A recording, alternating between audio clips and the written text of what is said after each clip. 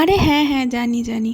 অষ্টমীর অঞ্জলিটা দিয়ে আসতে না আসতেই খুব জোর খিদে পেয়ে যায়, আর খিদের চক্করে বেশি টাইমও হাতে থাকে না। তাই বলি কি, আমার কথাটা শোনো, অষ্টমীর দিন অঞ্জলি দিয়ে এসে চটপট এই ইয়াকনি পনিরটা বানিয়ে নাও। এটা যেরম টেস্টি খেতে হয় ততটাই তাড়াতাড়ি হয়েও যায়। তুমি এর মশলাটা রেডি করে নেবে। অল্প পরিমাণ গোটা গরম মশলা, একটা শুকনো লঙ্কা, 1 চামচ ধনে, 1 চামচ জিরে ও 1 চামচ মৌরিকে ভালো করে ড্রাই রোস্ট করে গুঁড়িয়ে রেখে দেবে। এরপর একটা বাটিতে 2 চামচ পরিমাণ পোস্ত, 2 চামচ মগজদানা, 2 চামচ সাদা তিল আর কয়েকটা কাজু বাদাম নিয়ে সেটা ভালো করে একটা পেস্ট তৈরি করে রেখে দিতে হবে। কড়াইতে সাদা তেল গরম করে কিউব করে কুচিয়ে রাখা ক্যাপসিকামগুলো তার মধ্যে দিয়ে ভালো করে ভেজে নিতে হবে। এরপর ওই তেলের মধ্যেই পনিরগুলো দিয়ে এপিট ওপিট করে হালকা ভেজে নিতে হবে।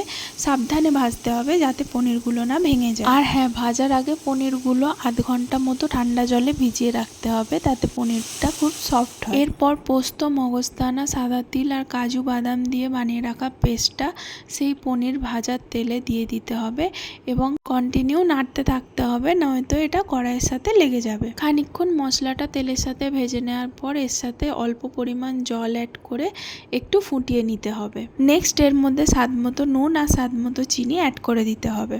আমি আগে থেকেই একটা পাত্রে 2 চামচ মতো টক দই ভালোভাবে ফেটিয়ে রেখেছিলাম, সেটা এখন এর মধ্যে অ্যাড করে দিতে হবে। দইটা অ্যাড করার সময় অবশ্যই কিন্তু গ্যাসের আঁচটা লোই রাখতে হবে, না হলে দইটা ফেটে যাওয়ার চান্স থাকে। আমাদের 90% কাজ প্রায় ডান।